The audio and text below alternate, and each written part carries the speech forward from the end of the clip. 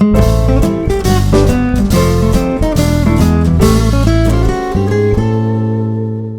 Friends, welcome to தெய்வாஸ் Nalabagam. இன்னைக்கு தெய்வாஸ் நலபாகத்துல வெள்ளரிக்காய் juice எப்படி செய்யுதுன்னு பார்க்க போறேங்க. இந்த வெள்ளரிக்காயில அதிகமாவே வாட்டர் கண்டென்ட் இருக்குங்க.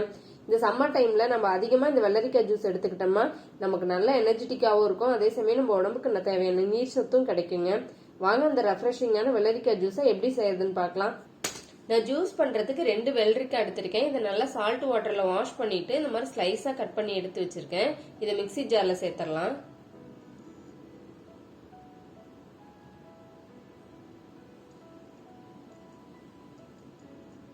எல்லாத்தையும் சேர்த்தாச்சு.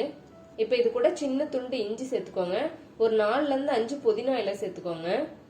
இப்ப அரை லெமனை புளிஞ்சு எடுத்து வச்சிருக்கேன். லெமன் ஜூஸ் உள்ள சேர்த்துக்கோங்க. இப்ப இதுக்கு இனிப்பு சேர்த்தரலாம். நான் 2 டேபிள் ஸ்பூன் தேன் எடுத்திருக்கேன். உங்களுக்கு விருப்பப்பட்டா தேன் எடுத்துக்கோங்க, அப்படி இல்லைன்னா ஒயிட் சுகர், நாட்டு சக்கரை, உங்களுக்கு எது விருப்பமோ அதை சேர்த்துக்கலாம். இப்ப தேன் உள்ள சேர்த்தரலாம்.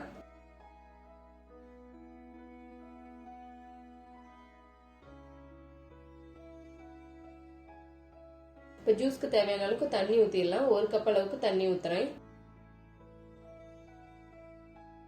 தண்ணி சேர்த்துட்டு இப்ப இதை நல்லா அரைச்சிடலாம்.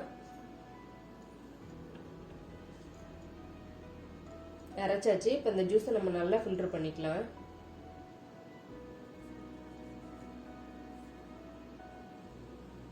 நான் ஜூஸ் செய்யறதுக்கு நல்ல இலை வெள்ளரிக்காயை எடுத்திருக்கேன், அதனால தோல் எதுவும் நான் சீவல. ஒருவேளை நீங்க கொஞ்சம் முத்தின வெள்ளரிக்காய் அந்த மாதிரி எடுத்திருந்தீங்கன்னா கண்டிப்பா தோல் சீவிடுங்க. ஏன்னா தோல்ல கொஞ்சம் கசப்பு தன்மை இருக்கும், இப்ப ஜூஸ் கொஞ்சம் கசப்பாயிரும்.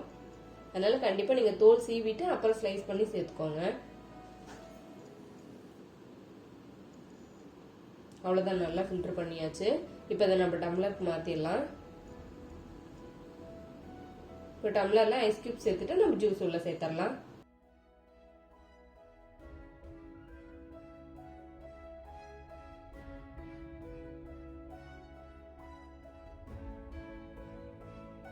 அவ்வளவுதாங்க, நம்ம ரெஃப்ரெஷிங்கான குக்கும்பர் ஜூஸ் ரெடி ஆயிருச்சு. நீங்களும் ட்ரை பண்ணி பாருங்க. உங்களுக்கு பிடிச்சிருந்துச்சுன்னா லைக் பண்ணுங்க, உங்க ஃப்ரெண்ட்ஸ்க்கும் ஷேர் பண்ணுங்க. நம்ம தெய்வாஸ் நலபாகம் சேனலுக்கு சப்ஸ்கிரைப் பண்ணுங்க.